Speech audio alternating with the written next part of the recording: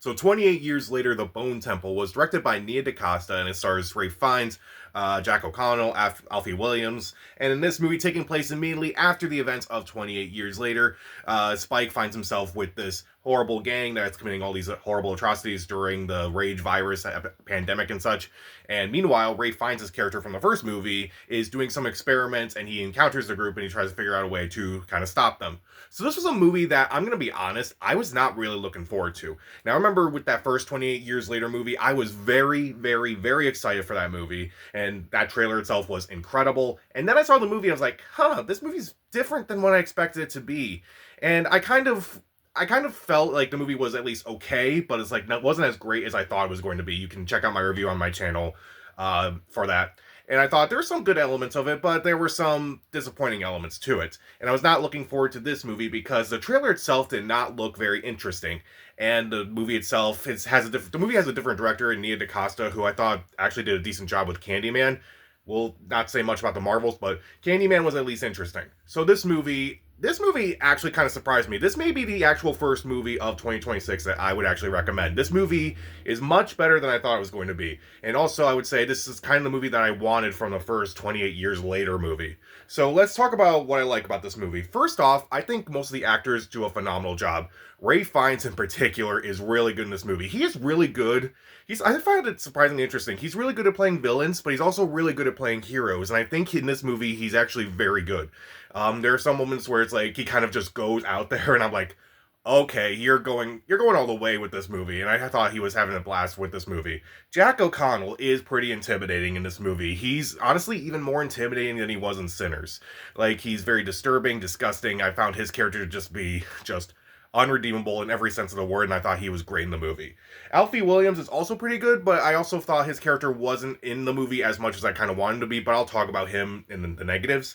Erin Kellyman, who plays another one of these gang members, I thought she did a decent job as like one of these other gang members who, this may be a brief spoiler, but is like kind of questioning a lot of the beliefs of the gang and such.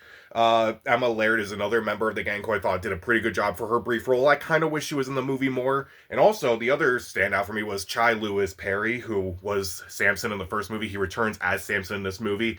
It's like, what are you going to do with this character again? And then when I see what they actually do with this character, I'm like, oh, okay, that's actually really good and actually really well done and such. And I actually feel like his character was a lot more fascinating in this movie than he was in the first movie.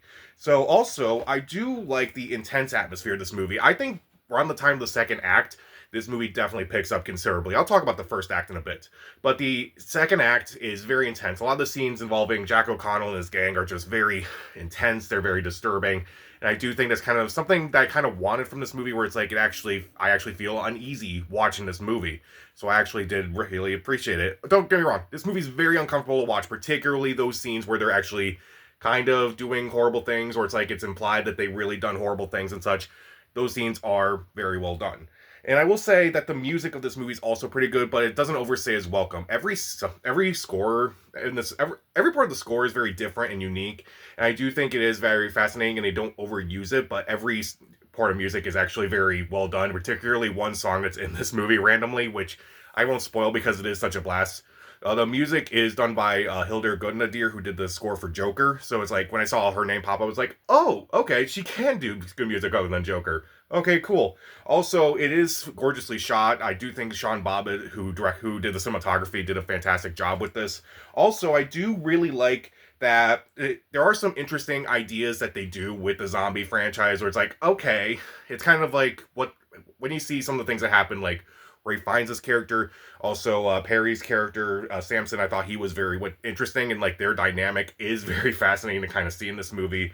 I do think that when you kind of see what goes on in this movie, it's actually very fascinating. And feel like that this movie has a lot of fun moments in this movie, despite some of the gruesome imagery and some of the gruesome moments in this movie. This movie can be pretty fun, especially by the third act, which is like, okay, I can see where you're going with this, and I'm kind of having fun with this movie now.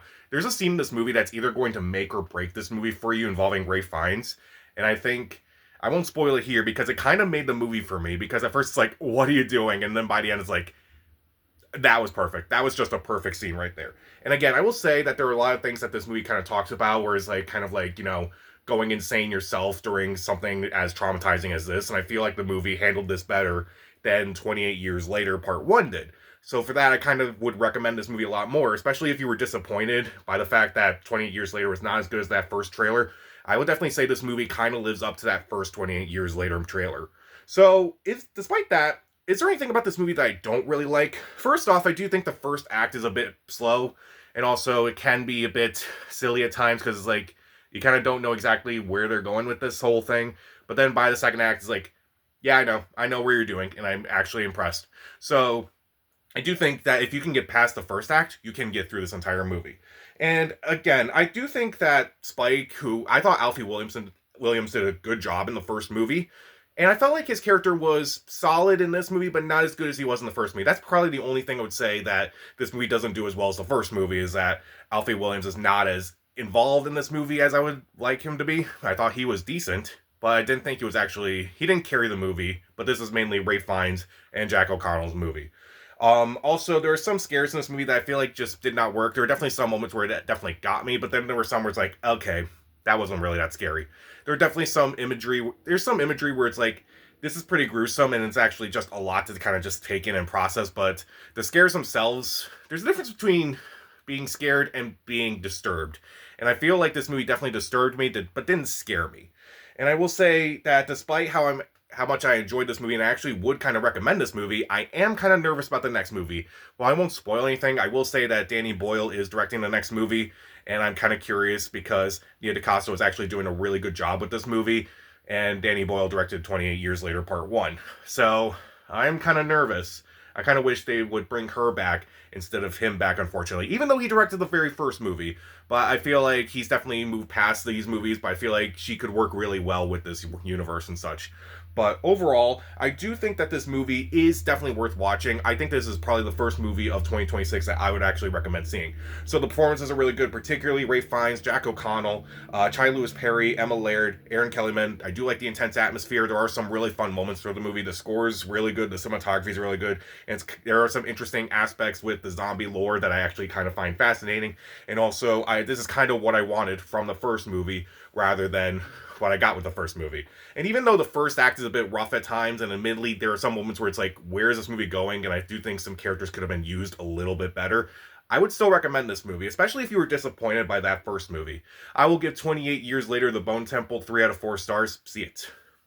So, what horror movie sequel is better than the first movie in your opinion? Comment down below, subscribe to the channel. This is Pat, and stay safe.